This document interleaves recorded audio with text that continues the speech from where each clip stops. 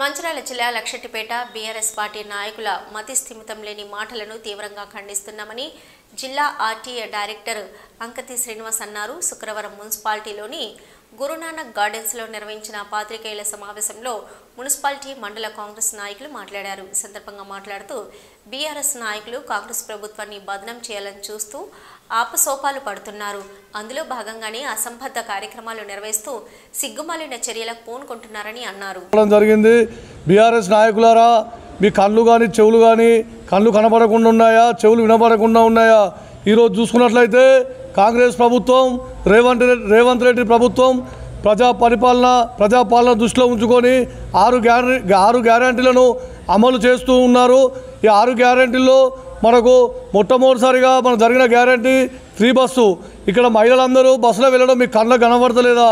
అదేవిధంగా current bill సామాన్యుడు ఎవరికైనా ఈరోజు దాదాపు 500 నుంచి 1500 మధ్యలో వచ్చే కరెంటు బిల్లు కూడా ఈరోజు ఫ్రీగా వస్తుంది గ్రామాలలో కానీ పట్టణాలలో కానీ. మీకు కనబడతలేదా బీఆర్ఎస్ నాయకులారా? ఇంకో ముఖ్య విషయం, ఇవాళ మండలానికి ఒక యూనిట్గా తీసుకొని ఒక గ్రామానికి రేషన్ కార్డులు, రైతు భరోసా అవన్నీ ఇస్తానంటాను. ప్రియమైన లక్షెట్టిపేట నాయకులారా, మీకు వయసు రీత్యా చెవులు వినబడకుంటే కళ్ళు కనబడకుంటే కొంచెం జాగ్రత్తగా వినండి, గట్టిగా చూడండి. ఎందుకంటే అలనాడు టీఆర్ఎస్ గవర్నమెంట్ బీఆర్ఎస్ ప్రభుత్వం దళిత బంధు అని ఇచ్చి ఈ లక్షెట్టిపేట మండలంలో ఒక రంగపేట గ్రామంలో దళిత బంధు ఇచ్చిళ్ళు, వేరే గ్రామాలలో దళిత బంధు ఇచ్చిళ్ళ. కాంగ్రెస్ ప్రభుత్వం అలా కాదు.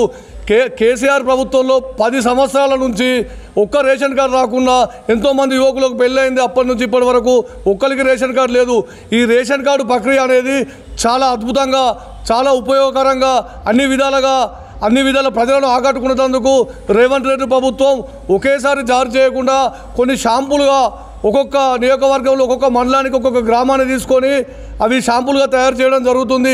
ఇచ్చిన మాట ప్రకారం జనవరి 26 తారీఖున ఇది ప్రారంభిస్తామన్నారు కనుక ఆ రోజు కొన్ని షాంపులుగా తీసుకోవడం జరిగింది. అంతేకాని మీ లెక్క రంగపేటలో లక్షపేట మండలం రంగపేటలో 4గురికి, ఆ పర్తనపేటలో 4గురికి అక్కడిక్కడ ఇచ్చి దళిత బంధు చేతులు దులుపుకునే రకం కాంగ్రెస్ ప్రభుత్వం కాదు. ఇంకోటి, ఈరోజు చూసుకున్నట్లయితే కాంగ్రెస్ ప్రభుత్వం బాగా మాట్లాడతారు, మేము రైతు బంధు ఇచ్చినాం అని. మీ రైతు బంధుగా మొన్న సుల్తానాబాద్లో కనబడ్డదండి. సుల్తానాబాద్లో రైస్ మిల్లుకు రైతు బంధు ఇచ్చిన చరిత్ర మీది.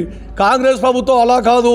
ఎవరైతే సామాన్య రైతులు ఉన్నారో, ఖచ్చితంగా వ్యవసాయం పండిస్తుందో వాళ్ళకే రైతు బంధు ఇచ్చే దిశగా కొన్ని వేల కోట్ల రూపాయలను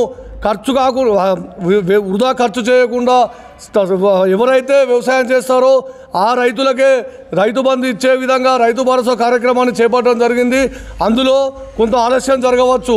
ఆలస్యం జరిగినా కూడా రాష్ట్ర ఆర్థిక వనరులపైన కొంచెం మిగులు బడ్జెట్ ఉంటుంది ఈ విధంగా చేయడం వల్ల. ఇంకొకటి చూసుకున్నట్లయితే కేసీఆర్ ప్రభుత్వం ఏ పథకం చేసింది, ఏం చేసింది మీరే చెప్పుండి. దళితులకు ఇవ్వనికన్నా ఈ లక్షెట్టిపేటలో ఏ దళితునికన్నా 3 ఎకరాల భూమి వచ్చిందా?